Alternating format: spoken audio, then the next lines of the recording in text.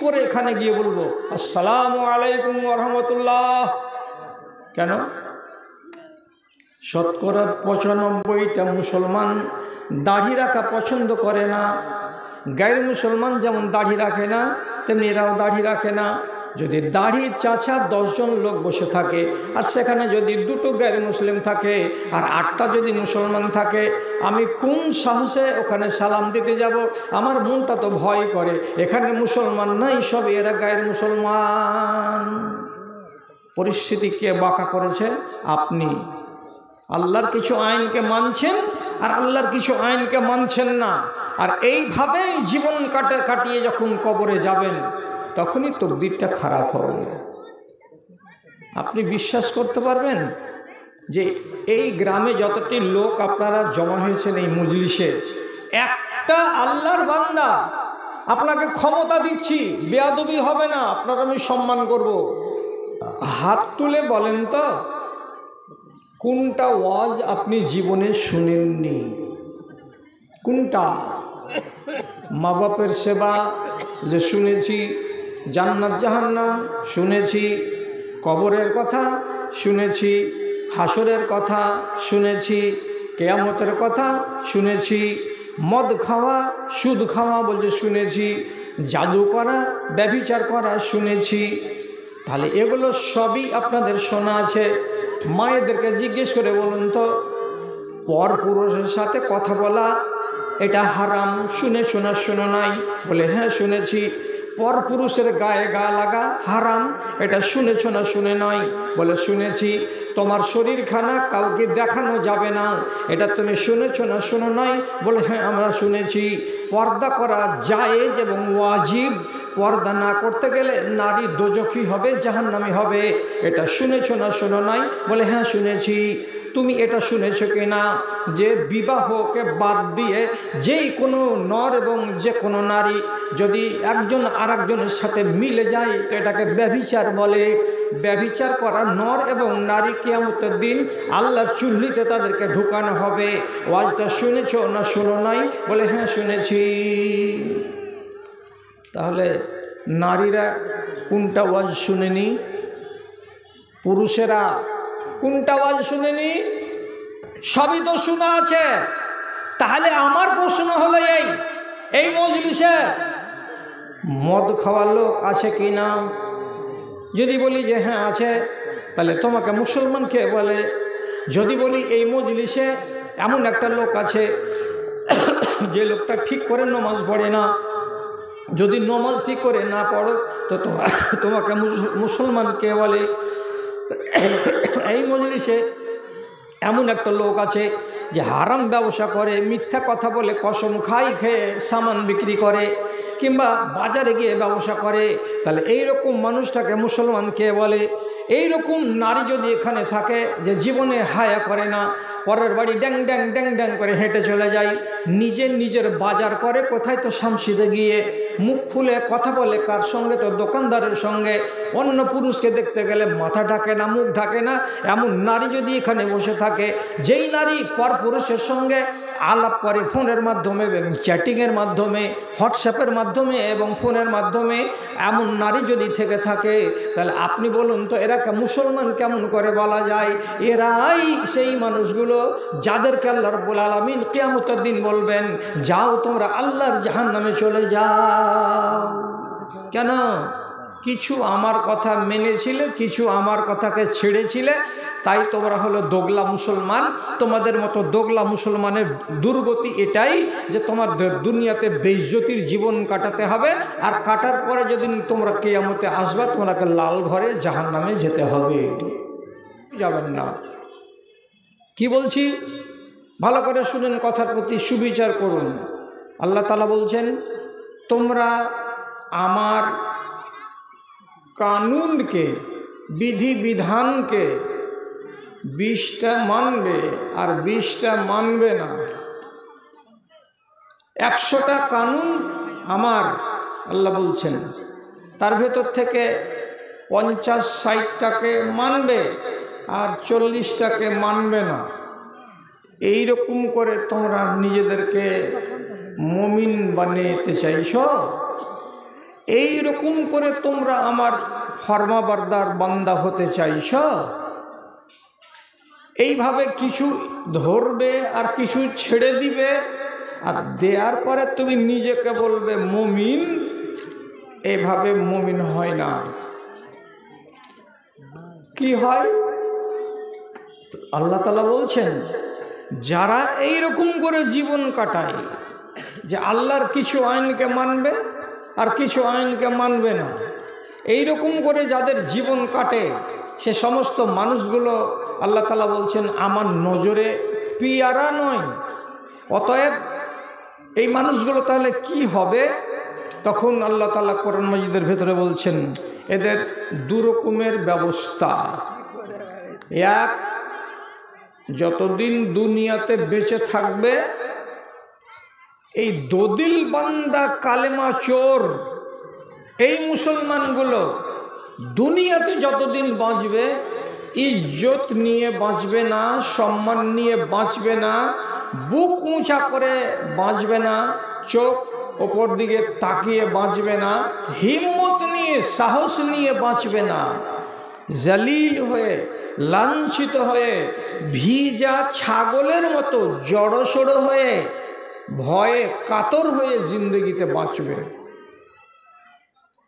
আর তারপরে কিয়ামতের দিন মরে হাসরের মাঠে আল্লাহ তাআলাকে বলবে, আল্লাহ দুনিয়াতে খুব জিল্লতির জিন্দগি কাটিয়ে এসেছি, ওখানে আমাদের ইজ্জত ছিল না, আমরা মাথা উঁচু করে টিকতে পারিনি, আমরা খুব চাকির তলে জাতার তলে আমরা ছিলাম, অল্পতে আমাদেরকে পিষে দিয়েছে আমাদের দুশ্মনেরা। আজ তুমি আমাদের ইজ্জত দাও, আমাদের সম্মান করো, কেন যে দুনিয়াতে কষ্ট করে এসেছি, আজকে তো আরাম দিবা। আল্লাহ তাআলা বলছেন কেমন মুসলমান ছিলে তোমরা? পাকা না কাঁচা? আমার যতগুলো ফরমান ছিল সবটিকে মেনে মুসলমান ছিলা, না কিছু ধরে আর কিছু ছেড়ে তোমরা মুসলমান ছিলা? এটা তো আমার জানা আছে।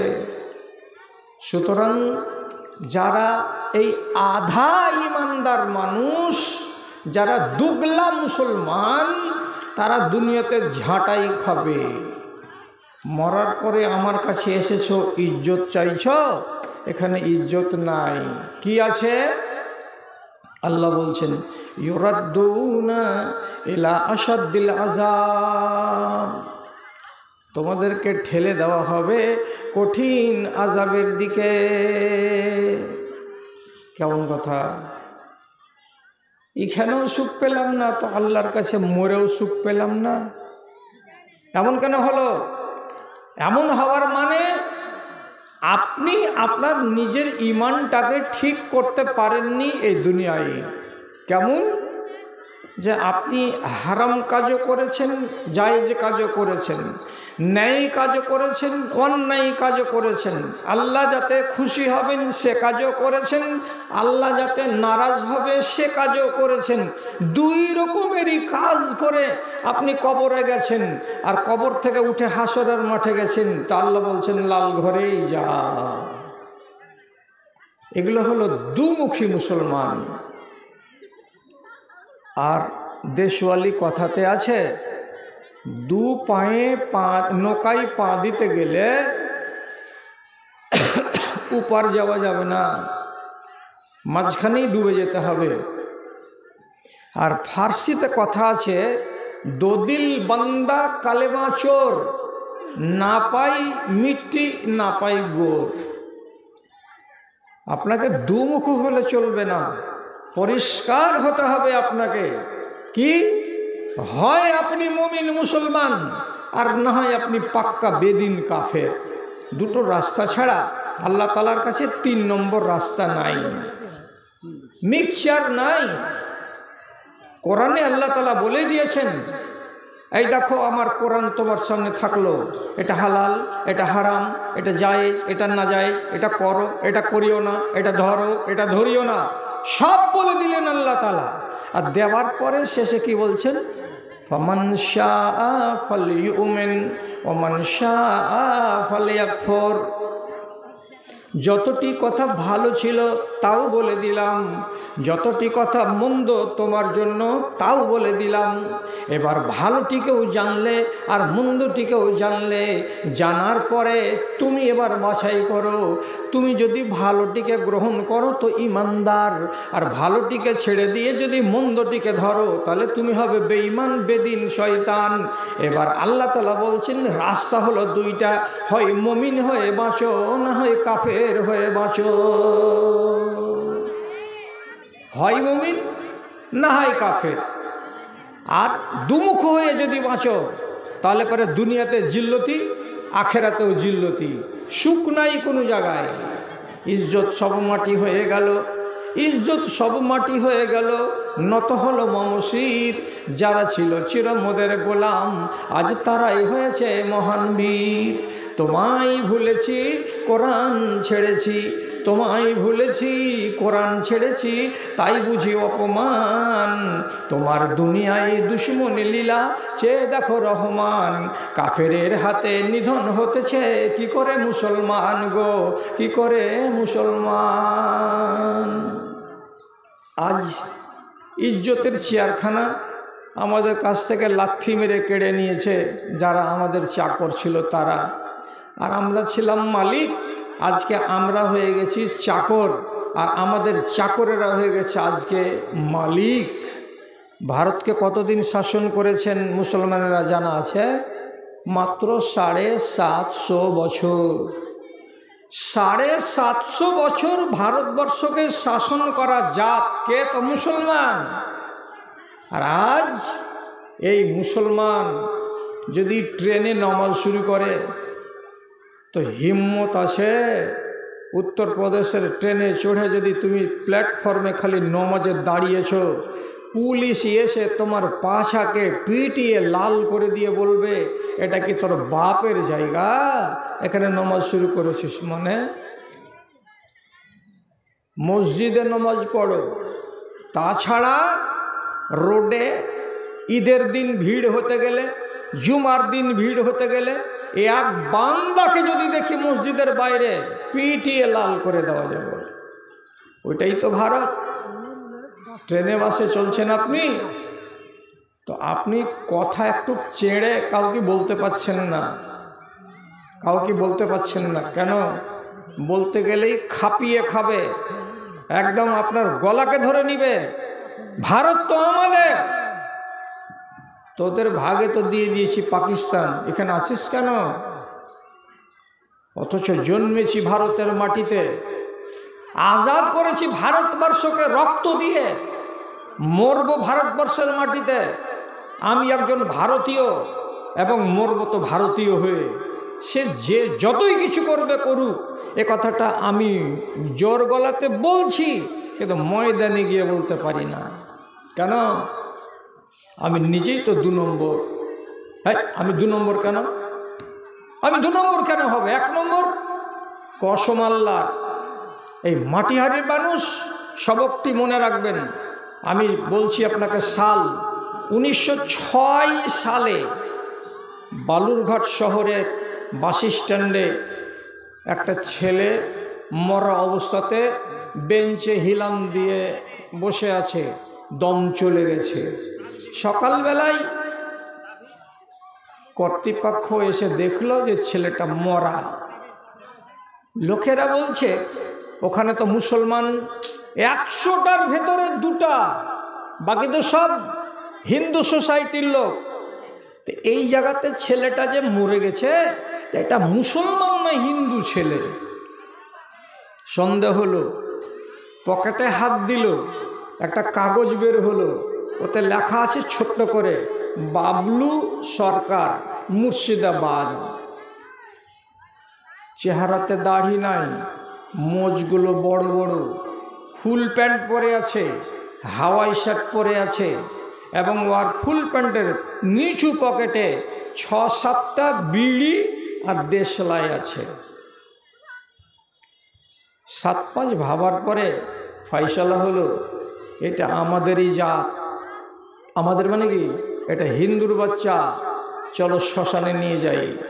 লাওয়ারিস লাশকে শ্মশানে নিয়ে গেল ওইখানকার এক সমিতি, আর শ্মশানে নিয়ে গিয়ে যখন নাঙ্গা করে ওকে চড়াচ্ছে চিতার উপরে আর ফুল প্যান্টকে খুলে দিচ্ছে, তখন বোঝা যাচ্ছে যে এটা হিন্দু নয়, এটা মুসলমান। তাহলে আপনার ইসলাম কোন জায়গাতে গিয়ে আটকা পড়েছে? কাপড়ের তলায়। আজ আপনি বাহিরে এমন কিছু দেখাতে পাচ্ছেন না যে আপনাকে দেখে কেউ বলবে যে এই লোকটা মুসলমান।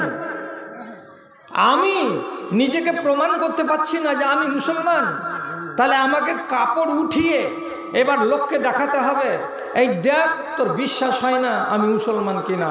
এটাই কি নিয়ম? হাজারোটা মোড়ে এইরকম মোড়গুলো সব জায়গাতে আছে।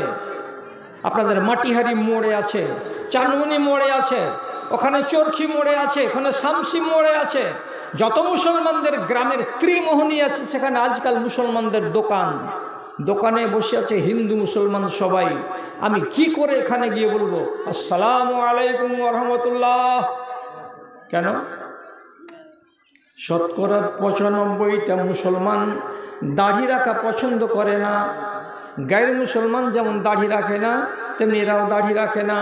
যদি দাড়ি চাচা 10 জন লোক বসে থাকে, আর সেখানে যদি 2টো গায়ের মুসলিম থাকে আর 8টা যদি মুসলমান থাকে, আমি কোন সাহসে ওখানে সালাম দিতে যাব? আমার মনটা তো ভয় করে, এখানে মুসলমান নাই, সব এরা গায়ের মুসলমান। পরিস্থিতি কে বাঁকা করেছে? আপনি। আল্লাহর কিছু আইনকে মানছেন আর আল্লাহর কিছু আইনকে মানছেন না, আর এইভাবেই জীবন কাটিয়ে যখন কবরে যাবেন তখনই তকদিরটা খারাপ হবে।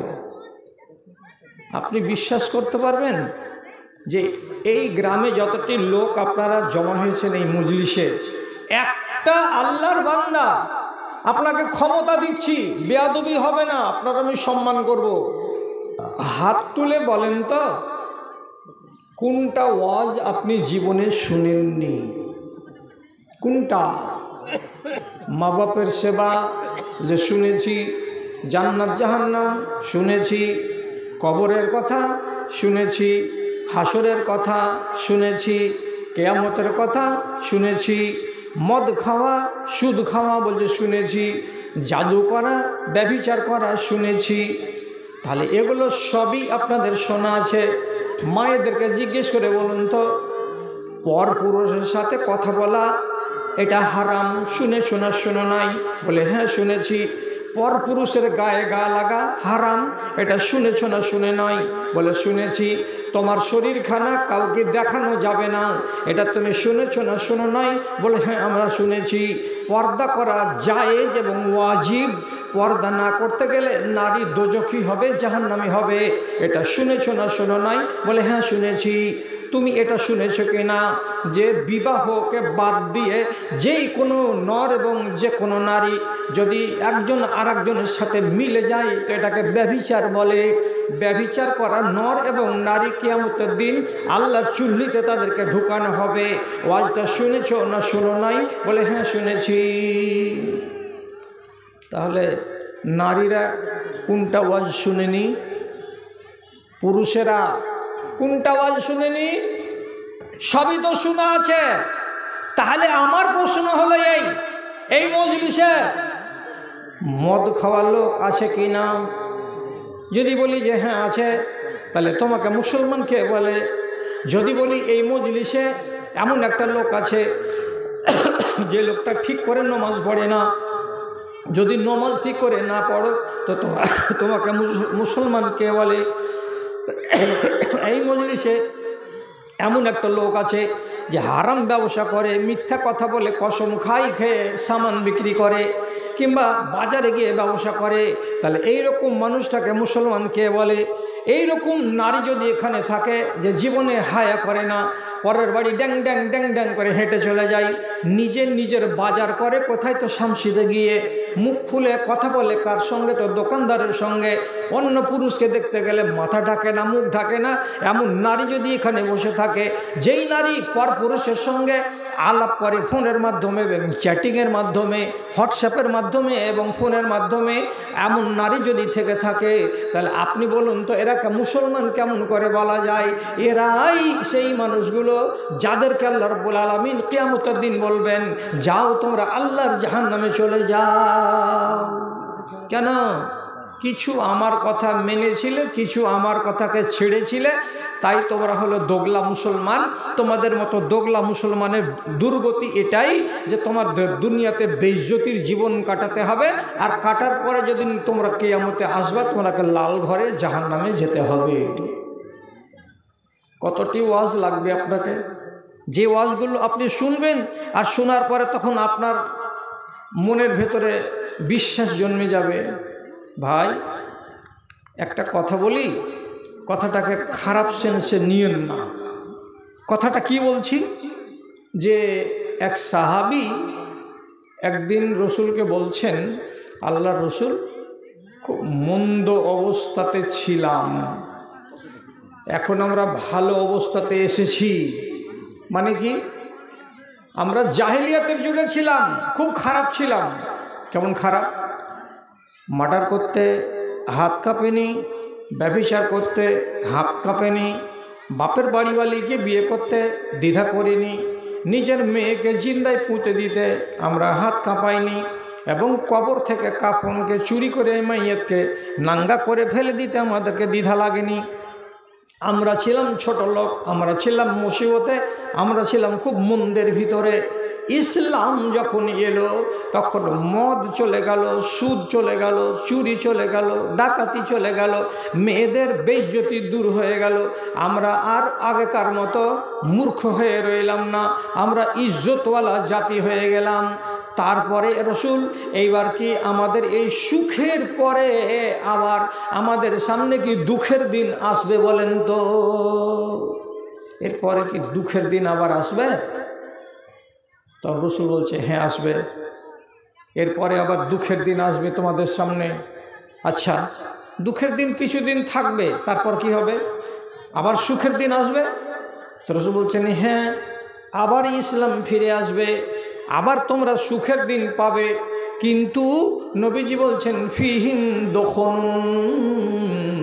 সেই যুগের মানুষের ভিতরে ইসলামটা থাকবে, কিন্তু ইসলামটা পরিষ্কার হয়ে থাকবে না, আবছা হয়ে থাকবে, কেমন কেমন ছায়া ছায়া হয়ে থাকবে, ধুন্দলা ধুন্দলা হয়ে থাকবে, পরিষ্কার ইমানের লোক পাওয়া যাবে না, পরিষ্কার দিন ইসলাম চোখে দেখতে পাবে না।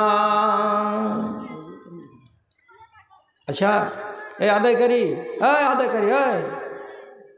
তুমি হার কথা রাগিও না, 2 টাকার টাকা পাইছো আর মাছরাঙ্গা ছাকে খাওয়াবার লেগে এটি চলে আসছো কেন? আরে ব্যাগটা বোঝ করো না, তুমি বারে বারে আসছো কেন এখানে? হ্যাঁ,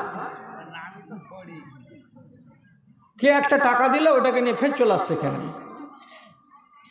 কোন খেয়া পারে? হ্যাঁ, তো কি বলছিলাম? ইসলাম থাকবে, কিন্তু ইসলামটা কেমন হয়ে থাকবে? আবছা, পরিষ্কার ইসলাম দেখতে পাওয়া যাবে না। কেমন? একটা মানুষ, রাসূলুল্লাহ বলছেন তাকে ইয়াস্তান্নুনা বিগাইরি সুন্নতি ওয়া ইয়াহদুনা বিগাইরি হাদি, যেটা আমার সুন্নাত নয় সেটাই সেই যুগের মানুষেরা করবে, আর করার পরে বলবে এটাই সুন্নাত। যেটা আমার তরিকা নয় সে মতো কাজ করবে, আর করার পরে মানুষেরা বলবে এটাই হলো নবীর তরিকা। তার মানে কি? তোমরা ইসলামকে গুলিয়ে ফেলবে, তোমরা ইসলামকে মিক্সচার করে দেবে, তোমরা ইসলামকে পরিষ্কার করে রাখবে না, তোমরা মনের মতো করে ধর্ম চালাবে, আর নাম দিবে কার? তো ইসলামের। যুগটা এমন হয়ে যাবে রে ভাই। আচ্ছা, এমন কাজ আমরা করি নাকি যে যেটা কাজ সুন্নাত নয় তবুও আমরা বলবো যেটা সুন্নাত? বলছে হ্যাঁ, এক্ষুনি দেখাচ্ছি। কি দেখাবো? এখানে তো বড় চৌরাহা নেই, কোনো জায়গাতে যদি দেখে থাকেন আপনারা তো 2-3টা লোক হ্যাঁ বলিয়েন। একটা মুসলমান ছেলে বিকেলবেলায় নিজের দোকানের সামনে এরকম গোল গোল গোল গোল করে একবারে কাঁচা কাঁচা জিন্দা নগদ ফুলগুলোকে, গাঁদা ফুলগুলোকে সাজিয়েছে দোকানের চারিদিকে, এরকম গুব্বারা ঝুলিয়েছে, বেলুন ঝুলিয়েছে, ঝুলিয়ে দোকানটাকে সাজিয়েছে। 20 থেকে 30খানা চেয়ার পাড়া আছে, আর কিছু কিছু মৌলবি মাওলানা বসে আছে। সামনে এখানটা লম্বা করে এই খুঁটি থেকে ওই খুঁটি ফিতা লাগা আছে। এবার কিছুক্ষণ পরে তখন হলো কি, একটা প্লেটে করে কেঁচি নিয়ে আসলো, আর কেঁচিটা দিয়ে একটা নাম ধরলেন। কি নাম? আর বলছে মুজিবুর রহমান। এটা কি কাজ করে? তো বলছে এটা আমাদের পঞ্চায়েতের মেম্বার, ইজ্জতওয়ালা লোক, সম্মানওয়ালা লোক। ওকে দিয়ে কাঁচি দিয়ে ফিতাটাকে কাটানো হলো, এটা দোকান ঘরে ঢুকানো হলো।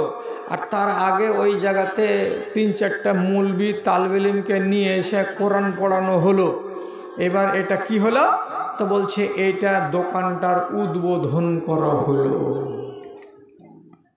আচ্ছা, কোনো বাড়ি, কোনো দোকান যদি উদ্বোধন করতে হয়, তো তাহলে উদ্বোধনের এটা তারিকা। ফিতা রাসূলুল্লাহ কেটেছিলেন, এমনি করে ফুল টাঙিয়েছিলেন আর বেলুন টাঙিয়েছিলেন, আর এরকম করে 50খানা চেয়ার টাঙিয়ে লাগিয়ে লোককে ডেকে এনেছিলেন, আর 10টা মৌলবি সাহেব তালবিলিমকে ডেকে এনে কোরআন পড়িয়ে দিয়েছিলেন। আর দেওয়ার পরে তখন তোমার বাড়িতে ঢুকার কালে, তোমার দোকানে ঢুকার কালে এরকম করে ফিতা কাটিয়ে শিরকিয়া কাজ আল্লাহ পাক রসুল করেছিলেন।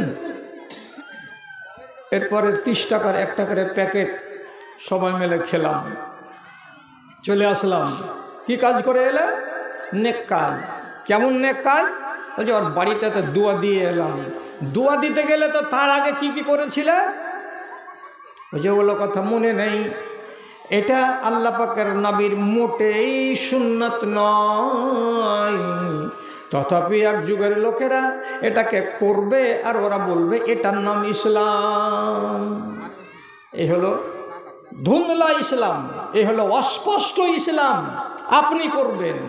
আর একটা বলি, মানতে পারবেন কি পারবেন না?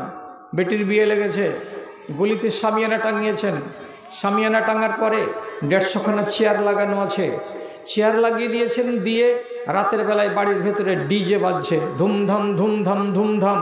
তারপরে কি হচ্ছে? মেয়েরা মেয়েদের ঘরের ভেতরে ওরা মানে যত রকমের ফাটাফাটি গীত আছে গলা ফেড়ে ফেড়ে দেশবাসীকে শুনিয়ে গাইছে। আর মেয়েরা আবার মেয়েদের মাঝখানে নাটক করছে, নাচছে, ডান্স করছে, সবই কিছু করছে। তো রসুলের বেটি ফাতেমার বিয়েতে কয়টা বেটি ছেলে ডান্স করেছিল? আপনার গ্রামের পড়াশোনা মেয়েগুলোকে জিজ্ঞেস করবেন, ক্লাস 10-এর কোনো বইয়ে, ক্লাস 9-এর কোনো ইসলামী ইতিহাসের বইয়ে যদি তুমি পড়ে থাকো তো তুমি দেখাও, তোমার কাছে দেখতে চাই। ওদের বিয়েতে যদি এত লম্বা চওড়া প্যান্ডেল না হয় আর রাতের বেলা যদি ডিজে না বাজে, তো তোমার বিয়েতে যদি ডিজে বাজে আর এত বড় লম্বা চওড়া প্যান্ডেল হয় আর এতগুলো লোক যদি সারা রাত এই আনন্দ উল্লাস করে একটা মেয়ের বিয়েতে, এটা কি? আপনারা সবাই বলবেন বিহা যে সুন্নাত জীবন বিষয়, হ্যাঁ সুন্নাত পালন করার জন্য এতগুলো ফালতু আয়োজন করেছেন, আর করে আপনি বলছেন এটাকে কি সুন্নাত? আল্লাহর কসম খেয়ে বলছি এগুলো সুন্নাত নয়, এগুলোকে সুন্নাতকে কচু কাটা, এইটা আসল সুন্নাত নয়। এটা যারা করে তারা অন্যায় করে, এতে রব্বুল আলামিনের নবীকে কোনো দিন রাজি করা যাবে না। ছাড়েন, কে মানে আর কে মানে না? একটা জুলুম দেখতে পাচ্ছি বর্তমান জমানাতে। আল্লাহ তুমি আমাদেরকে একটু মুক্তি দিয়ে এতে থেকে। গাঁ ঘরে হয়নি তো টাউন বাজারে যতগুলো লোক এই গ্রামের বাড়ি থেকে উঠে কিছু পয়সাওয়ালা লোক বাজারে বাড়ি করেছে, তাদের বড় লোকই দেখতে গেলে আপনার চোখ দিয়ে ধোঁয়া উঠে যাবে। দেখা মনে হয় না যে এরা চানমুনি এলাকার লোক, দেখা মনে হবে না এরা পাটনা এলাকার লোক, এরা প্রত্যন্ত গ্রামের লোক। মনে হবে এরা 7 পিঁড়ি ছিল কোনো ব্যারিস্টার আর কোনো কোটিপতি জমিদারের ছেলে। এরকম ব্যবহার এরা করছে। কেমন? বেশি বলছি না, একটা ছোট্ট করে বলছি। হঠাৎ হঠাৎ একটা বাড়িতে, আপনার ডানে আপনার বামে কোন একটা বাড়িতে রাত্রি 12টা-1টার সময় দেখতে পাবেন কি 10-12 জন লোক একসঙ্গে সুর করে গাইছে। কি গাইছে? Happy birthday to you, happy birthday to you, happy birthday to you. Happy birthday মানে কি? হ্যাপি বার্থডের মানে হলো কি তোমার জন্মদিনটা শুভ হোক, সুখের হোক। 2 বছরের ছেলে গত 2 বছর আগে 12 জানুয়ারি জন্মগ্রহণ করেছিল। আজকে 12 জানুয়ারি, আজকে আমার বেটার 1 বছর হয়ে গেল। এই তারিখে জন্মেছিল, এই জন্য আমার বাচ্চার আমি জন্মদিন পালন করছি। কোন টাইমে জন্মেছিল?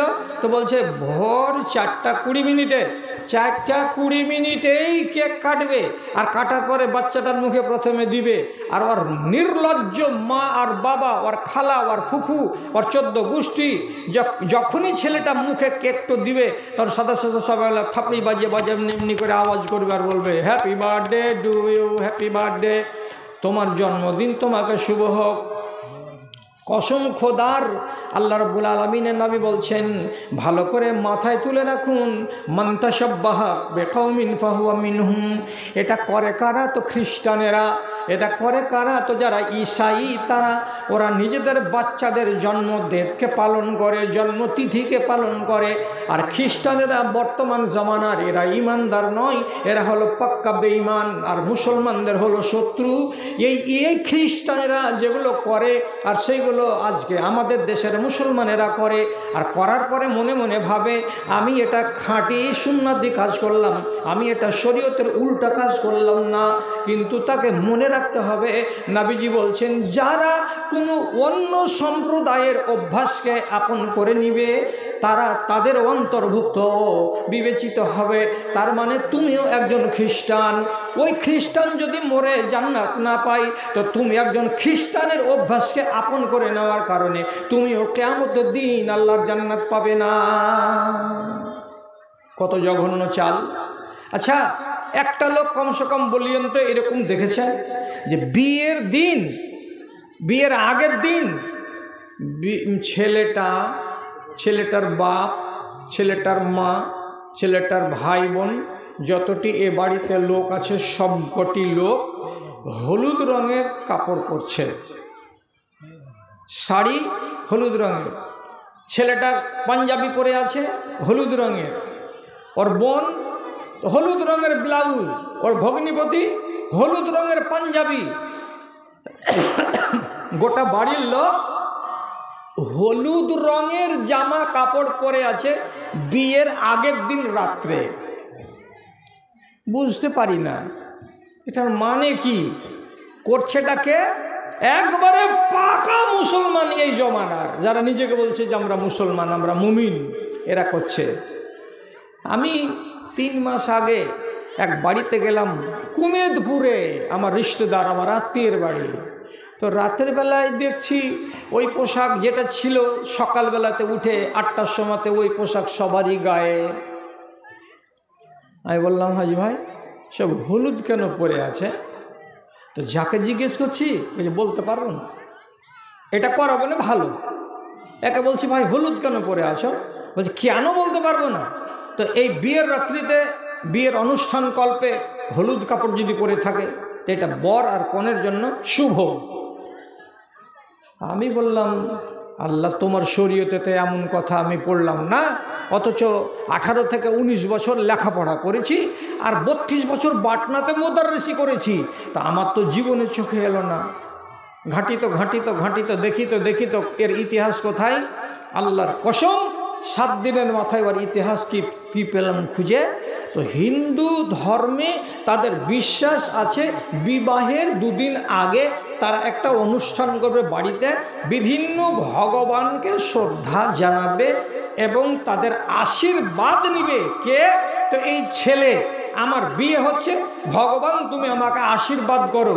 তো সব ভগবান আশীর্বাদ করতে গেলেও কৃষ্ণ ভগবানের যেটা আশীর্বাদ সেটা হলো মোক্ষম, সেটা হলো সবচাইতে মজবুত আশীর্বাদ।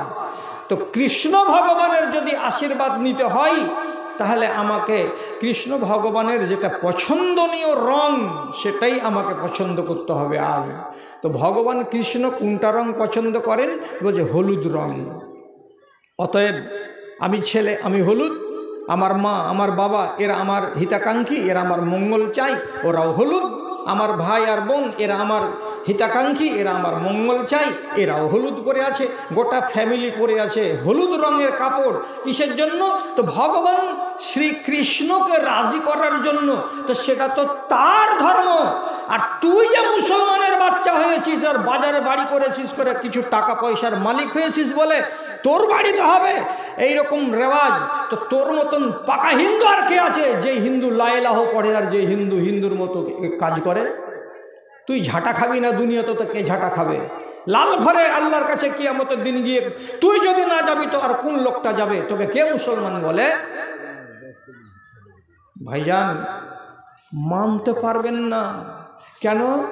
বুড়াতি বয়স যখন হয়ে যায় ফলের, তখন লাল হয়ে যায় আর বেশি মিষ্টি হয়ে যায়, আর বেশি দিন ফের থাকে না, খস করে জমিনে খসে পড়ে যায়। তা আমি হয়ে গেছি বুড়া, আমার কথাগুলো আসবে খুবই কড়া কড়া। আর এটা আমার বাবার জমিদারি থেকে আমি বলবো না, আপনাকে একবারে সঠিক কোরআন হাদিস থেকে বলবো। রাসূলুল্লাহ বলেছেন, ইন্না আজমান নিকাহে বারকাতান আইসারহু মুনাতান। যে ব্যক্তি নিজের বাড়ির ছেলের কিংবা মেয়ের বিবাহতে যত কম খরচ করবে, নবীজি বলছেন তোমার বাড়িতে তোমার বিয়েতে তত বেশি বরকত দেওয়া হবে, যত খরচ কম করবে তত তোমার বরকত বেশি হবে। আপনি হাদিসটা মানেন? এখানকার যতটি মা খালা আছে আর এখানকার যতটি ভাই ব্রাদার আছেন হাদিসটাকে মানেন? কেউ মানেন না। ছেলে দিল্লি খাটে, বিয়ে আসলো, বিয়ে হওয়ার টাইম হলো, বিয়ে যাবে কোথায়? তো চাঁদমুনি। এখান থেকে যাবে চাঁদমুনি, তো 6খানা বোলেরো ভাড়া। কি করিস বেটা তুই? যে দিল্লিতে আমি পাইলিংয়ের কাজ করি। আরে জো গাড়ি একটা যদি কি করে বিয়ের দিন 6খানা বোলেরো করে, আর একটা বোলেরোকে সাজিয়েছে ফুল দিয়ে, তো মনে হচ্ছে এতে মনমোহন সিংয়ের বৌমা আসবে। এতে 5,000 টাকা খরচ। আর 5খানা বোলেরো গাড়ির 5 25 থেকে 30,000 টাকা খরচ। আরে বেকুফ, যদি তুই একটা 2টা 3টা টোটো নিয়ে যাতি আর বিয়েটা করে চলে আসতি, তো তোর 25,000 টাকা বাঁচত, তোর সংসারে উন্নতি হতো। কিন্তু তুই রাসূলুল্লাহর হাদিসকে বুড়ো আঙুল দেখাস, তুই কি মানিস না তো। ঠিক তেমনি ওই বাড়িতে মেয়ের বাবার বাড়িতেও দেখা যাবে ওই রকম করে খরচ না করে। মেয়ের বাবা যদি করতো কি, অযথা 60-70 হাজার টাকা খরচ না করে, আমি আমার মেয়েকে এই টাকাটি দিব, বিবাহের পরে দিয়ে বলবো, বেটি এই টাকাটা নিয়ে জামাইকে বলবি সংসারে উন্নতি হবে, ব্যবসা বাণিজ্য করবি, তো তাহলে ঠিক সংসারে লাভ হতো। কিন্তু মেয়ের বাবাও হলো ওই রকম, সীমাহীন খরচ করতে বসে আছে। আর ছেলের বাবা হলো আপনি ওই রকম, আপনি কোনো সীমা রেখে খরচ করতে রাজি নন। উড়া টাকা, টাকাকে অঢেল আপনি উড়িয়ে চলে যাচ্ছেন। আর অঢেল টাকাকে উড়িয়ে এই যে সম্পত্তিকে বরবাদ করছেন, রাসূলুল্লাহর হাদিসকে অমান্য করা হচ্ছে। আর আপনি মনে মনে ভাবছেন ভালো কাজ করলাম, অথচ আল্লাহ পাকের রাসূল আগেই বলে দিয়েছেন তার সাহাবীকে দিয়ে, কি মানুষ মনে মনে বলবে এটাই সুন্নাত, কিন্তু এটা সুন্নাত নয়, এটা হলো গুমরাহি। আর গুমরাহিতে ডুবে থাকবে কারা? তো মুসলমানেরা আল্লাহর আইনকে মানবে না, আর না মেনে নিজেদেরকে বলবে এরা কি, আমরা মুসলমান।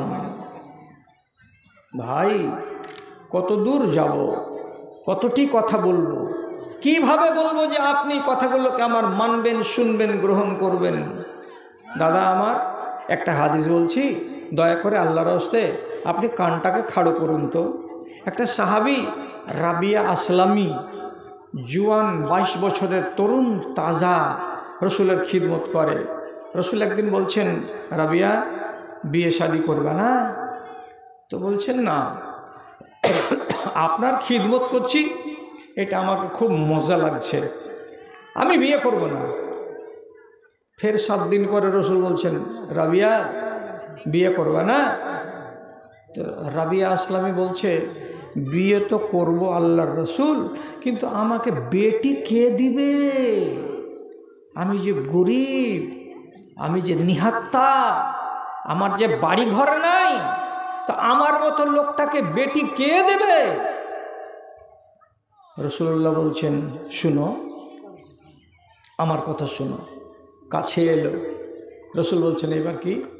এখান থেকে 8 মাইল উত্তর দিকে আনসারীদের একটা মহল্লা আছে, ওখানে একটা লোক আছে। রাসূলুল্লাহ লোকটার নাম নিলেন, আর নেওয়ার পরে বললেন, এ ছেলে ওখানে যাও, যে ওই লোকটাকে তুমি আমার সালাম বলবে। তারপরে লোকটা যখন তোমার সামনে মুখোমুখি দাঁড়াবে, তখন তাকে বলবে, আমাকে নবীজি পাঠালেন আপনার কাছে, আপনার একটা 14 বছর বয়সের বেটি আছে, আপনার বেটিটার সঙ্গে আমার বিয়ে পড়িয়ে দেন, আমাকে নবীজি এই কথা বলে পাঠালেন।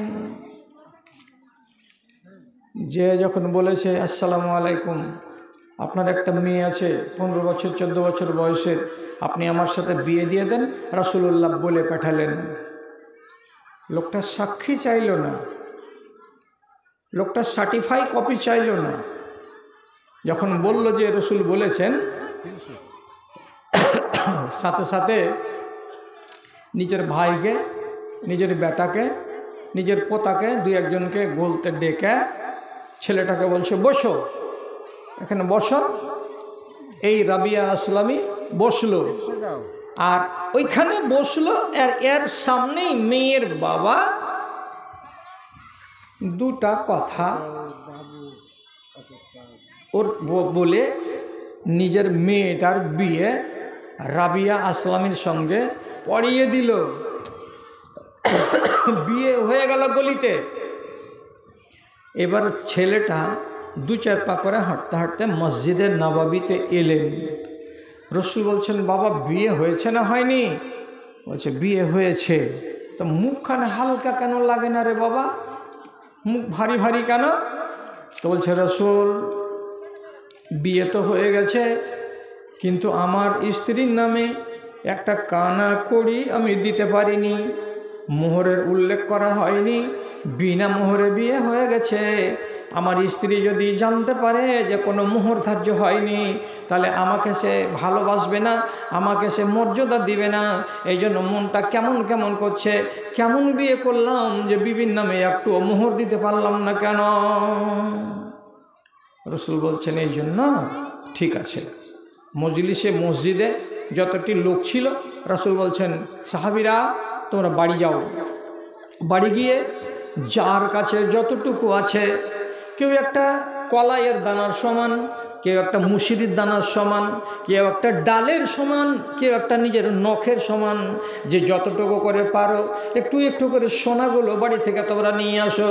রসুল বললেন, 10 থেকে 15 মিনিটের মাথায় মসজিদে নববীতে সাহাবীরা কিছু সোনা জমা করে দিল। কতটা তার পরিমাণ হলো, হাদিস বলছে, আলা ওয়াজনে নাওয়াতিন, একটা খেজুরের বিচি যত বড় হয় অতখানি সোনা জমা হয়ে গেল। রসুল তখন সেই সাহাবীর হাতে একটা লাল কাপড়ে বেঁধে দিয়ে বলছেন, যারে বাবা, এই সোনাটা তোমার স্ত্রীকে দিয়ে দাও গা, দিয়ে বলবে, ও আমার বাড়িওয়ালি, আমি তোমার মোহরানা স্বরূপ এই সোনাটুকু তোমাকে দিলাম। সোনাটা নিয়ে গিয়ে দিল শ্বশুর মশাইয়ের হাতে। খুশি হলো, খুশি হয়ে সন্তুষ্ট হয়ে তারা জামাইকে বলল, হ্যাঁ আমাদের তোমার উপরে কোনো দুঃখ নাই, আপত্তি নাই, দাবি নাই, তুমি যথেষ্ট দিয়েছো। এবার জামাই ফিরে এলো মসজিদে। রাসূল বলছেন, ওরা কি বলছিল? বলছে, ওরা অত্যন্ত সন্তুষ্ট, আমি ওদের যতটা ধারণা তার থেকে বেশি দিয়ে দিয়েছি। তো বাবা এবার তুমি সুখের সংসার করো। তবুও মনটা ভারী। তখন রাসূলুল্লাহ বলছেন, তোমার মন এখনও ভারী কেন? তো বলছে, রাসূল আমি এই মসজিদে কতজন লোকের ওয়ালিমার দাওয়াত খেয়েছি। ওয়ালিমার দাওয়াত মানে কি? কোনো মানুষ যদি নতুন বউকে বিয়ে করে বাড়ি নিয়ে আসে আর নিজের বউয়ের মুখ দেখে সংসারে তার সূচনা হয়, তো তাহলে খুশি মানাবার জন্য আর মানুষের দোয়া নেওয়ার জন্য একটা দাওয়াত করে, সে দাওয়াতটাকে ওয়ালিমার দাওয়াত বলা হয়। তো আমি অনেক সাহাবীর বিয়ের পরে ওয়ালিমার দাওয়াত খেয়েছি। তো আজকে যে আমার বিয়ে হলো, কালকে যদি আমার সাথীরা সাহাবীরা আমাকে ঠাট্টা করে বলে, কেমন বিয়ে করলি রে ভাই, যে ওয়ালিমার দাওয়াত খাওয়ালি না, কেমন বিয়ে করলি রে, এটা ফিকা ফিকা বিয়ে, এটা বিয়ে ভালো লাগলো না, তো আমার মনটা ভালো হবে না। তো আমার বিয়েটাতে ওয়ালিমার যে ব্যবস্থা হলো না, রাসূল বলছেন আচ্ছা ঠিক আছে। একটা লোককে পাঠালেন যে আমার স্ত্রী আয়েশার কাছে যাও আর যা বলো তোমার কাছে যা দানা আছে দিয়ে পাঠাও। আম্মা আয়েশার বাড়িতে 4 সা অর্থাৎ 10 কেজি জব ছিল, দিয়ে পাঠালেন। ওইটিকে আটা করা হলো, আর এক সাহাবী একটা ছোট ছাগলের বাচ্চা দিল, সেটাকে মাংস করা হলো। আর মাংস আর রুটি তৈরি হওয়ার পর রাতের বেলায় মসজিদে নববীতে 20 জন 15 জন 16 জন যতটা লোক ছিল সবাই খুশি মনে খেলো। খাওয়ার পরে সবাই আলহামদুলিল্লাহ পড়ল। আর রাবিয়া আসলামী বিয়েতে বরকতের দোয়া দিল। এবার তার মুখটাতে হাসি ফুটেছে। আমি এখান থেকে শুরু করে ওই মাথা পর্যন্ত যতটি লোক আছে সবটিকে জিজ্ঞেস করছি, একটু হ্যাঁ বলেন নাকি না বলেন, কিন্তু বলেন কিছু। রাবিয়া আসলামীর বিয়েতে বরযাত্রী গেছিল যায়নি। রাবিয়া আসলামী ওখান থেকে যে ফিরে এসে আবার দিতে গেল, যেটি পেরেছিল মোহর সেটি বিয়ের আগে কি বলে স্ত্রীর সঙ্গে দেখা করার আগে মিটিয়ে দিয়েছিল না দেয়নি? দিয়েছিল। রাতের বেলায় যে ওয়ালিমার দাওয়াত হলো, এই ওয়ালিমার দাওয়াতের পরে রাবিয়া আসলামী চেয়ার টেবিল পেড়ে মোহরিল বসিয়ে টাকা আর বাসন আর কাপ আর জগ আর বদনা আর গিলাস আদায় করেছিল? করেনি, কিছুই করেননি। এটাকে তো সাহাবী করালেন কে? তো নবী মোহাম্মদ। সাহাবীরা নবীকে মেনে ইমানদার, আর আপনি নবীকে মেনেও মুমিন। এবার আপনি জবাব দেন, আর আপনার গ্রামের যতটি বেটি ছেলে আছে সবটি জবাব দিই। আপনি কতটি বরযাত্রী পাঠান চাঁদমণিতে? কোন রকম যদি মাঝগোল ধরনের গৃহস্থ হয় তবুও বলবে 80টা যাবে জি। এই যদি 80টা যায় তো মেয়ের বাবা কত বড় নির্লজ্জ, তখন বলবে আমি তো মেয়ের বাপ, তাহলে তো 40টা পাবো। তখন জুটিয়া পুটিয়া গোটা গ্রাম থেকে ও 40টা পাঠাবে। যেমন ছেলের বাপ হায়া বেচে দিয়েছে বালুপুর হাটে, তেমনি মেয়ের বাপও হায়া বিক্রি করে দিয়েছে বৃহস্পতিবারের হাটে। 1000 বার করে যদি এদের সামনে কোনো মৌলবি ওয়াজ করে ওর চুল দাড়ি পেকে যদি খোসাও যায়, তবু ওরা নিজের জিদের উপরে বহাল থাকবে, না বরযাত্রী পাঠাবো। আল্লাহর কসম খেয়ে বলছি, ফতেমা হলো জান্নাতি বেটি ছেলেদের সরদারনি। তার বিয়ে হলো মসজিদে নববীতে। কার সাথে? তো আলী রাদিয়াল্লাহু তাআলা আনহুর সাথে। সেদিন মসজিদে কতটি বেটা ছেলে ছিল? একটা বেটা ছিলেন নবী মুহাম্মদ, আর একটা বেটা ছিল আবু বকর, আর একটা বেটা ছিল হযরতে উমর, আর একটা বেটা ছিলেন নবীজির একটা খাদেম, আর একটা বেটা ছেলে কে? তো হযরতে আলী রাদিয়াল্লাহু তাআলা আনহু। 5টা বেটা ছেলে মসজিদে নববীতে মৌজুদ ছিলেন।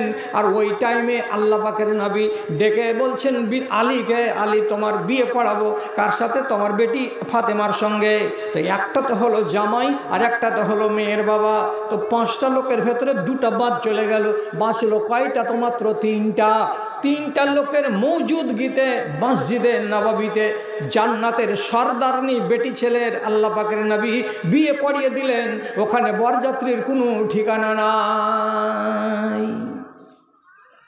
আল্লাহ, বিসমিল্লাহ হোটেলের গোড়াতে আমার বাড়ি। তো মেয়ে পক্ষ আর ছেলে পক্ষ 5টা করে 10টা লোক গেছে কি করতে? তো খালি বাজার করতে। ওরে সুবহান আল্লাহ, তোর ঘে কপালে কাঁচা জিয়ালা ডাল মারার লোক নেই দুনিয়াতে রে। হ্যাঁ, মেয়েটা পাবে তোর বাড়ির বৌমা হবে, তুমি তোমার বৌমাকে কেমন দেখবা সেটা তোমার ব্যাপার। লাল শাড়ি কিনো, লাল ব্লাউজ কিনো, 500 টাকা দামের স্যান্ডেল কিনো, সায়া কিনো, ব্রেসিয়ার কিনো, তারপরে আর কিছু কিনো, আর কিছু কিনো, এটা তোমার বৌমার ব্যাপার। তুমি তোমার বৌমাকে যেমন দেখবে, তোমার স্ত্রীকে তুমি যেমন দেখবে কিনো। বাকি তোমার বেটার জন্য কালিমার সমান জিভা কেন?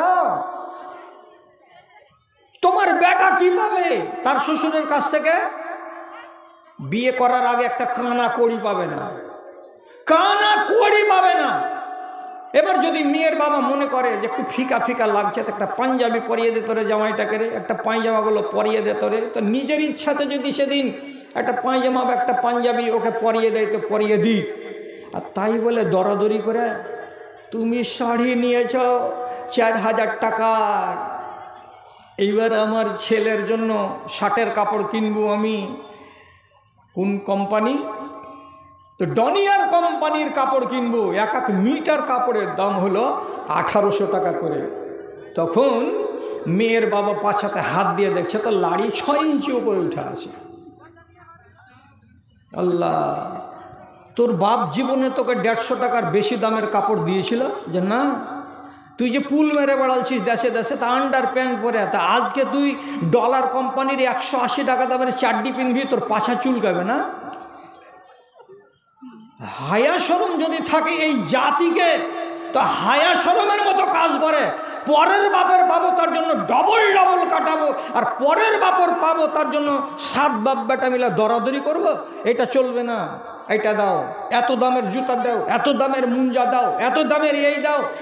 যেমন মেয়ের বাবা গাই বেচবে, তেমনি ছেলের বাবা ষাঁড় বেচবে। এই জন্য দুজন বাজারে গেছে দরাদরি করতে। আস্তাগফিরুল্লাহ, লজ্জা শরম নেই? রাসূলুল্লাহর আদর্শ কোনটা? হ্যাঁ, আপনি দেন, আপনাকে আমি নিষেধ করি না, কোনো আলেম নিষেধ করবে না। ইজাব কবুল হয়ে গেছে, জামাইকে দেখে আপনার জি ভরে গেছে, আপনার মন জুড়িয়ে গেছে। জামাই যখন আপনার বাড়িতে এসেছিল বিয়ের পরের দিন, তারপরে আপনি দেখলেন আহারে নমাজি জামাই, দিনদার জামাই, সুন্দর জামাই, ব্যবসায়িক জামাই, আপনি খুশি হয়ে দিয়ে দেন না। আপনি 195,000 টাকা দামের পালসার গাড়ি, বাবা চালাও, এটা তোমাকে আমি উপহার দিলাম, মানা নেই? আপনি 10 কাঠা জমি গেলা দিয়ে দেন না রোডের মুখে, দোকানদারি করবে, বাড়ি করবে, এখানে দিয়ে দেন না, মানা নাই? কিন্তু বিয়ের আগে এগুলো যে শর্ত করছেন দুজনে বসে বসে, আল্লাহর কসম এটা হলো হারামি শর্ত। এই শর্তের কোনো অবকাশ ইসলামে নেই। আচ্ছা, আপনি নিজের দিকটা রাখেন। কতদিন বলবো আপনাকে? একটা হাদিস শুনুন, আর যারা যুবক ভাই আছেন তাদেরকে বলছি একটু দয়া করে কানটা লাগান আমার দিকে। এক সাহাবী খন্দকের মাঠে রাসূলুল্লাহ যুদ্ধের দুশমনদেরকে ভিতরে ঢুকতে দিবেন না বলে খাল খুঁড়িয়েছিলেন। সেই যুদ্ধেরটার নাম হলো খন্দকের যুদ্ধ। খন্দকের যুদ্ধেতে বিনা পয়সাতে লেবারি করছেন সাহাবীরা। লেবারি করতে করতে এক জুয়ান সাহাবী, তরতাজা, কয়দিন মাত্র বিয়ে হওয়া হয়েছে, রসুলের কাছে কানে কানে যেয়ে বলছেন, আল্লাহ রসুল একটু বাড়ি যাব, এখান থেকে 3 কিলোমিটার 4 কিলোমিটার দূরে বাড়ি। বলছে রসুল বাড়ি যাব। তো তখন রসুলকে ইশারা করে বলছেন, হাদিস আহাদিন বিল ঔরুসা, বিয়ে করেছো নতুন নাকি? তা বলছে জি। তা রসুল বলছেন, যখন নতুন বিয়ে করা ছেলে তারপর যেতে দিই, লেবারি তো করছে বিনা পয়সায়, তো যাও বাবা যাও। বেলা 11টার সময় রওনা দিল। কোথায়? তো বাড়ি। বাড়ি যে আসছে, আপনি শরম করিয়েন না, আমারও জীবনে এসেছে, আপনারও জীবনে এসেছে। কি মন নিয়ে ছেলেটা বাড়ি আসছে? ছেলেটা তো এই মন নিয়ে বাড়ি আসছে যে আমি 3 দিন থেকে আমার স্ত্রীর কাছ থেকে দূরে ছিলাম, আর আমি নতুন বয়সে আছি, মাত্র 8 দিন হলো আমার বিয়ে হওয়া, আমার স্ত্রী আমার অপেক্ষায় আছে, আমি যাব তাড়াতাড়ি করে আমার স্ত্রীর সাথে দেখা করব, 2টা রসের কথা বলবো, একটু প্রেম আলাপ করব, আমরা একটু শারীরিক সম্পর্ক করব, একটু মধুর মিলনে ব্যস্ত হব। এরকম একটা বাসনা নিয়ে দৌড়ে চলে আসছে ছেলেটা। যদি দেখছে এখান থেকে 50 মিটার দূরে, তো ওর বাড়ির গেটের সামনে কে একটা খাড়ো হয়ে আছে। তখন এখান থেকে দেখছে আর বলছে, এটা কে রে, এভাবে বাড়ির বাইরে খাড়ো হয়ে আছে, কিছু তো বুঝতে পারছি না। আর একটু আগিয়ে গেল, তারপরে যে বলছে ম্যাক্সিটা দেখে তো আমার স্ত্রী রোজিনার মতনই লাগছে, তো ও কেন বাইরে হবে, ও কেন বাইরে হবে? ও হবে না, হয়তো ওই রকম রঙের অন্য কেউ ম্যাক্সি পরে আছে। আর একটু যদি আগিয়ে গেছে, একদম নিশ্চিত, আরে তো আমার স্ত্রী, একটু বাইরে দাঁড়িয়ে আছে, মুখ খোলা, মুখ দেখে বুঝতে পারছি। এবার ওর যতগুলো স্বপ্ন ছিল, তাড়াতাড়ি বাড়ি যাব, স্ত্রীর সাথে কথা বলবো, আদর করব, প্রেম করব, ভালোবাসা করব, সব কথাকে ভুলিয়ে দিয়েছে এক নিমেষের ভেতরে। আর 15 হাত দূরে মাত্র আছে, এত দূরে আছে কেবল। আর এমনি সময়তে তার কাছে গেছে তো চোখ লাল লাল করে। তা হাদিস কি বলছে, আহুয়া এলাইহা লিয়াকতুলাহা, তরবারিটাকে বের করে দিয়েছে। আর দেওয়ার পরে এমনি করে উঠিয়েছে, নিজের বিবির ঘাড়ের উপরে তরবারি চাপ চোপ চোপ মেরে দেবে, ওকে মার্ডার করে দেবে, কতল করে দেবে এই জন্য। আর যেমনি এরকম করে তরবারি তোলা, সাথে সাথে মহিলা বলছে, থেমে যাও স্বামী, থেমে যাও, আমাকে মারিও না, আমাকে মারিও না, আমার কথাটা শুনো, তারপরে তুমি আমাকে মারিও। মারতে কেন খাড়া হলো? না পুছে, না জিজ্ঞেস করে কোনো কারণ এভাবে মারতে খাড়া হলো কেন? কেনর একটি মাত্র মানে হলো এই, বাড়ি আছে ভিতরে, আর 20 হাত দূরে গেট পার করে বাহির গেটের কাছে রাস্তার কিনারায় মুখ খুলে দিয়ে কেন খাড়া আছো? তোমার মুখখানা এখান দিয়ে যত মানুষ যাবে সবাই দেখবে, যত মানুষ দেখবে তোমার উপরে নজর পড়বে। আর তুমি আমার বাড়িতে হারিম, তুমি হলে আমার বাড়িতে একটা প্রদীপের মতো, তোমার চেহারাটা আমার বাড়ির লোক যারা যারা হালাল দেখা তারাই দেখবে, তাছাড়া অন্য কোনো লোক দেখতে পাবে না। তোমার মতো স্ত্রীকে বাড়িতে রেখে আমি তো নিরাপদে নই, কেন যে তুমি বাইরে বেরিয়ে আসো, আর তোমার চেহারাটা সারা জাহানের লোক এখান দিয়ে যতজন যাবে তারা সবাই দেখবে। কাজে তোমার মতো ফাঁসেকা মহিলাকে আমি নিজের কাছে রাখবো না, এই জন্য তোমাকে কেটে দুখান করে দিব। এই উদ্দেশ্য করে তরবারিটাকে এমনি করে উঁচিয়ে ধরেছে তার দিকে। মহিলা বলছে, পরে মারিও, আগে কথা শোনো, ভিতরে যাও, যে বিছানটা দেখো। ভিতরে গেল, বিছানটা দেখতে বলল, দেখি কি কারণে বাইরে এসেছে। তো দেখছে তো একটা বড় সাপ, কিছুটা বালিশের তলায় আছে, কিছুটা বাইরে আছে, বেড় দিয়ে বসে আছে। সাপ দেখা মাত্রই ছেলেটা ভাবলো যে সাপের ভয়ে স্ত্রী বাইরে এইভাবে দাঁড়িয়ে আছে সাহায্যের জন্য, মানুষের সহযোগিতা কামনা করছে এইভাবে দাঁড়িয়ে। তো নিজেই করলো কি, জোর করে তরবারি চালিয়ে দিল সাপের গায়ে। তো স্ত্রীটা বলছে, আমার স্বামী যখন ঘরের ভেতরে ঢুকলো, আমিও পিছনে পিছনে ঘরের ভেতরে ঢুকলাম। আমার স্বামীকে দেখলাম এমনি করে চোখ বসাতে সাপের উপরে, সাপও মরে গেল। আর সাপ মরে যাওয়ার সাথে সাথে আমার স্বামীও চকির পার্শ্বে দুম করে জমিনে পড়ে সেও মরে গেল। জান কার আগে গেল? সাপের জান আগে গেল না আমার স্বামীর জান আগে গেল? আমি বুঝতে পারলাম না, মরে দুজনই গেল। তো আপনি এদিকটাকে আর জানতে চাইয়েন না যে মরল কেন, ফের আবার বলবেন যে সালাম মনের সুরসুরি লেগে থেকেই গেল, ছেলেটা কেন মরল। তো ব্যাপার হলো, বাড়িতে কোনো সাপ দেখা গেলে প্রথম দিন মারতে নেই, হাদিস থেকে নিষেধ। আপনাকে বলতে হবে, তুমি যদি জিন হও তো বাড়িটা খালি করে দাও। তারপরের দিন যদি আবার দেখা যায় তো আবার বলেন, তুমি যদি জিন হও তাহলে বাড়িটা খালি করে দাও। 3 দিন বলতে হবে বাড়ির সাপকে। দেখার পর 3 দিন বলার পর চতুর্থ দিন যদি দেখা যায় তাহলে চপিয়ে দেন, কপিয়ে দেন, গুঁড়া করে দেন, আর কোনো অসুবিধা হবে না। তবে বাড়িতে জিন বাস করে সাপের সেকেলে। এবং মেয়ে ছেলে পিলাকে যত ভয় দেখায় জিনেরা, বেশিরভাগ আকার ধারণ করে কার? তো সাপের। সাপের আকারে মেয়েরাকে আক্রমণ করে জিন, আর ওদেরকে উপরে সওয়ার হয়ে যায়। তো এই জিনটাকে যে সাপটাকে যে মেরেছিল, এটা অরিজিনালি সাপ নয়, এটা ছিল জিন। যেমনি জিনের বাচ্চাকে মারলো, সাথে সাথে অন্য জিন এসে একে মার্ডার করে দিল। তো যাই, আমি এদিকে যাচ্ছি না, আমি যাচ্ছি ওই দিকে। দিদিমণি, খবরদার কথাটার দিকে কান লাগাও। যে ছেলেটা তার নিজের স্ত্রীকে তরবারি দিয়ে দুটুকরা করে দিতে যাচ্ছিল। কারণটা কি যে তুমি বাইরে গেটে এমন করে মুখ খোলা অবস্থায় দাঁড়িয়ে আছো কেন? তাহলে ওই দেশেরই ওই লোকগুলোরই তো আমরা নসল। তো আমাদের মধ্যে আমাদের মেয়েরা আর আমাদের মায়েরা এমন কেন হচ্ছে? টোটোতে বসে তো আল্লাহ, মুখামুখি অন্য কোনো লোক আছে তো একটুও ধাদস করে না, এটা আলগা লোক, তো এর সামনে মুখ কেন খোলা, গলা কেন খোলা, চুল কেন দেখা যাচ্ছে? মোবাইলে যদি কথা জুড়ে দিচ্ছে তো আল্লাহ রে 10 মিনিট ধরে আবাহি তাবাহি বকছে, দেখে মনে লাগছে না যে এটা একটা মেয়ে ছেলে। বাইরে বের হওয়ার কালে তোমাকে এই খেয়ালটা রাখতেই হবে যে আমি একটা নারী। তোমার আওয়াজে তোমাকে খেয়াল রাখতে হবে আমি একটা নারী। তোমার স্বভাবে খেয়াল রাখতে হবে যে আমি একজন নারী। তোমার কাজগুলোতে তোমাকে খেয়াল রাখতে হবে যে আমি একজন নারী। এ কথাটা খেয়াল রাখবে না? আমি লম্বা করব না, আমি কথা দিয়েছি আপনার আগে যে 1 ঘন্টার পরে ছেড়ে দেব। আপনারা আমাকে ছেড়ে পালাবেন না, আমি ঘড়ির দিকে দেখতে আছি।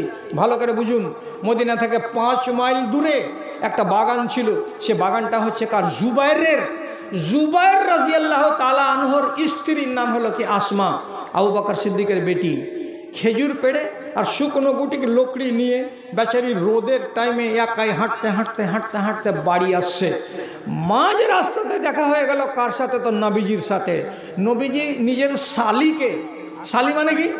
150 শালিকে চিনতে পেরে উটটাকে ওখানে বসিয়ে দিলেন মাঝ রাস্তায়। আর দেওয়ার পরে নিজের শালিকে ইশারা করে ডেকে বলছেন, আসমা, এত প্রখর রোদ্রে একাই হেঁটে যেও না, পাগুলো জ্বলে যাচ্ছে, পুড়ে যাচ্ছে, তোমার মাথায় রোদ লাগছে, হাঁটতে অসুবিধা হচ্ছে। আমি তোমার ভগ্নিপতি, তার মানে আয়েশার হলাম আমি স্বামী, আর তুমি হলে আয়েশার বোন। তো আমি তোমাকে আমার উটের পিছন দিকে বসিয়ে নিচ্ছি, তুমি চলো আমার সাথে, তোমার বাড়ির সামনে তোমাকে আমি নামিয়ে দেব। এ কথা বলে নবীজি নিজের উটটাকে বসালেন।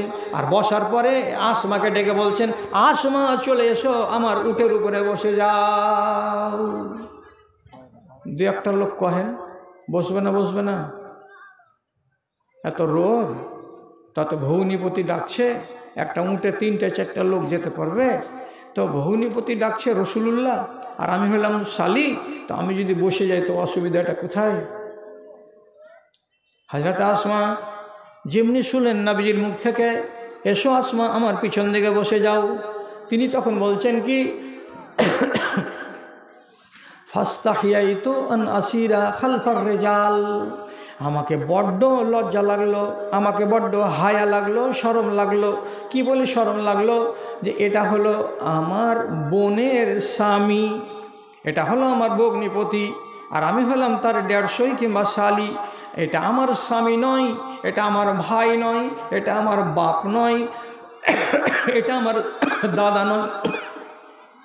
এর পিছন দিকে বসে যাওয়াটা আমার ঠিক হবে না।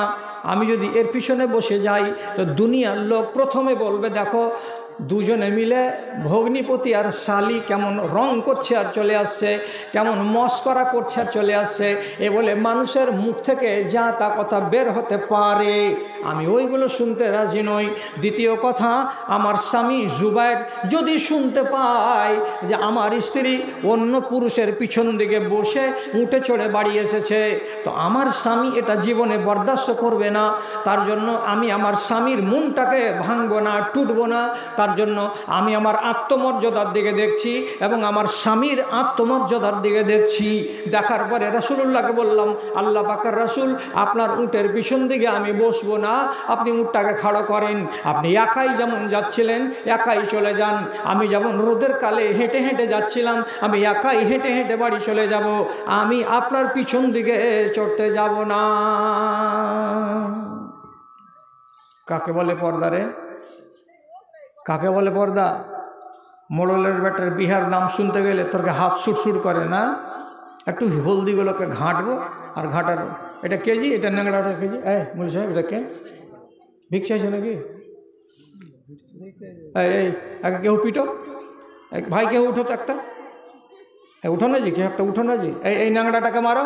আর ওই যে ওই মেয়ে লোকটা কি আছে, ও ভিক্ষা আছে নাকি? এই দেন না যে তোর গালে 2টা চড় জি।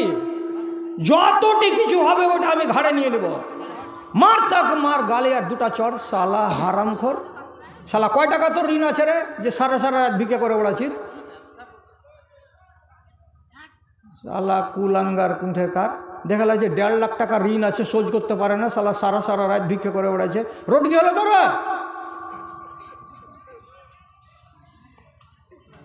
কোন বেটি ছেলে আছে নাকি যে ভিক করছে নাকি এখানে? যে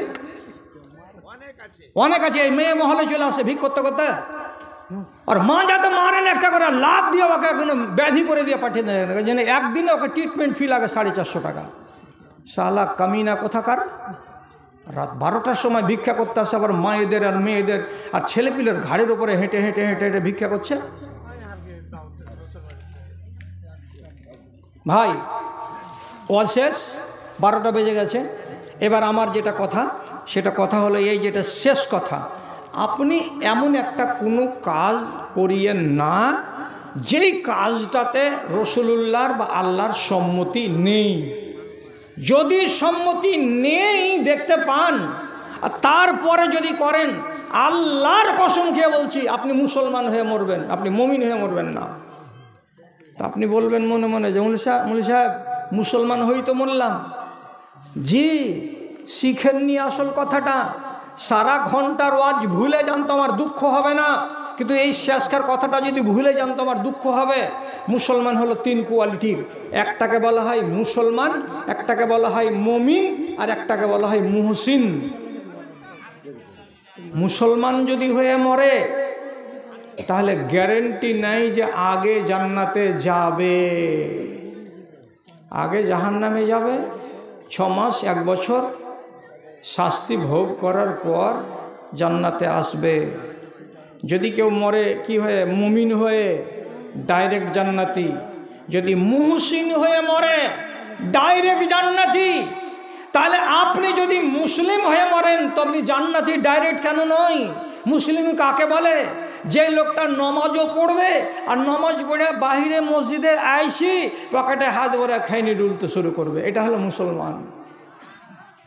যে লোকটা নমাজও পড়বে আর ওকে যদি বলা যায় তোর 20 কুইন্টাল ভুট্টা হয়েছে, এই ভদভদ কেন করছি, হট, কানে আওয়াজ আসছে, 20 কুইন্টাল ভুট্টা হয়েছে, 1 কুইন্টাল ওসর লাগবে, এটা শরীয়তের কানুন। ও যদি বলে 25 কেজি দিয়েছি, ওতে আল্লাহ মানবে তো মানুক, না মানবে তো না মানুক। এই লোকটা হলো মুসলমান, এই লোকটা মুমিন নয়, এই লোকটা মুমিন নয়। নেশা হারাম, নেশা ছোট হোক, নেশা বড় হোক, নেশা হারাম, যে কোনো নেশা হারাম। আপনি নেশা সেবন করবেন না। তামাক নেশা হারাম, বিড়ি নেশা হারাম, সিগারেট নেশা হারাম, তিরাঙ্গা নেশা হারাম, খৈনি নেশা হারাম, গুল নেশা হারাম, মদের বোতল নেশা হারাম। এ হারাম জিনিসে আপনি মুখ লাগাতে যাবেন না। যদি বলে হ্যাঁ পেরেছি, নিজেকে দাবি করে বলবেন আমি মুমিন। আর এমন একটা কাজ আপনি করছেন যেই কাজটাতে রসুলের সম্মতি নেই, আল্লাহর সম্মতি নেই, আপনি জানেন, জানার পরে আপনি করবেন, তাহলে আপনি মুসলমান। আর মুসলমান হয়ে মরেন, কবরে যান, হাসরের ময়দানে আপনি যখন যাবেন তখন আপনাকে ডাইরেক্ট জান্নাত দেওয়া হবে না। কেন? যে এই তো সুদখড়ি করে এসছে, নমাজ যে পড়েছি যে আল্লাহ, এ পড়লে তো কি হলো? নমাজের সাথে সাথে সুদ আছে, নমাজের সাথে সাথে মদ আছে, নমাজের সাথে সাথে আরও কুলাঙ্গারি আছে। তো যদি এইগুলো থাকে আর নমাজ রোজা ধর্মকর্ম থাকে, তাহলে আপনার রেহাই নেই, কল্যাণ নেই। ভাই সব শুনে নিয়েছে আগেই যে এই মুলবিটা বেশি ওয়াজ করবে না। আমি ওয়াজ করব না বলিনি, আমি শুধু বলেছিলাম এই কথাটা যে আপনারা আল্লাহর ওয়াস্তে আমাকে ছেড়ে পালাবেন না 12টার আগে আগে, এটা বলেছিলাম। কিন্তু মা খালারাও এক ঝাঁকে উঠে গেলেন, আপনারা তো ওই মাথাটাকে খালি করে দিয়েছেন।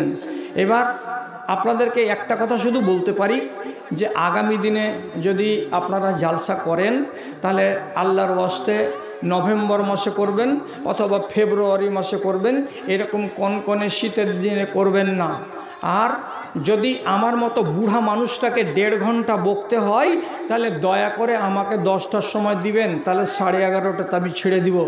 আর ঢের রাত্রিতে দিতে গেলে মানুষকে আটকানো যায় না, আর মানুষকে এখানে বসানো যায় না। ভাদু মাদ্রাসার জালসায় 12টা রাত বাজলো, ময়দানকে খালি করে সব চলে গেল। আমি মানুষ এত লম্বা সময় ধরে ওয়াজ শুনে না। তো যাক, এই 1 ঘন্টা 10 মিনিট আপনারা যে আমাকে সময় দিলেন তার জন্য আপনাদেরকে আমি মুবারকবাদ জানাচ্ছি, সাধুবাদ জানাচ্ছি। এবার বিদায়ের কালে